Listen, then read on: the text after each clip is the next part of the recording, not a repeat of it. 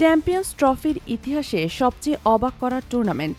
স্বাগতিক পাকিস্তান ২৯ বছর পর ফিরেও কেন ধরা খেল, আর বাংলাদেশ কোনো ম্যাচ না জিতেও কিভাবে করল ৫,৭৬,০০,০০০ টাকা আয়। ২৯ বছর পর ট্রফি আয়োজন পেল পাকিস্তান, কিন্তু স্বপ্নভঙ্গ হল চরমভাবে। ৩ ম্যাচে ৩ হার, ০ পয়েন্ট নিয়ে ৮ দলের মধ্যে ৮ নম্বর। ব্যাট হাতে ব্যর্থ বাবর আজম, বল হাতে শাহিন আফ্রিদিরাও পারলেন না কিছু করতে। আর ইংল্যান্ড, জর্জ বাটলারদের জন্য টুর্নামেন্টটা যেন বিভীষিকা। সাউথ আফ্রিকার কাছে চুনকালি খেয়ে শেষ ম্যাচেও হার, কিন্তু এই টুর্নামেন্ট ছিল অন্ধকারে জ্বলা আলো। আফগানিস্তান ইংল্যান্ডকে হারিয়ে দিল স্টাইলিশ ভাবে, আর অস্ট্রেলিয়ার বিপক্ষে ম্যাচটা যদি বৃষ্টি না ভেজাত, হয়তো রাশিদ নবীরা ইতিহাসই বদলে দিতেন। শেষ পর্যন্ত আফগান ৩ পয়েন্ট নিয়েও ছিটকানো। ভাগ্যের কি নিষ্ঠুর খেলা। এবার আসুন টাইগারদের গল্পে।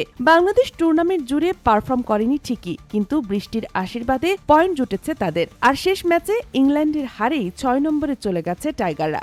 ফল ৫,৭৬,০০,০০০ টাকা আয়। শুনতে অবাক লাগলেও এটাই সত্য, কারণ ৭ নম্বর থাকলে পেতেন $১.৪ লাখ, কিন্তু ৬ নম্বরে থাকায় পকেটে ঢুকলো $৩.৫ লাখ। স্বাগতিক পাকিস্তানের আয়ের প্রায় দ্বিগুণ।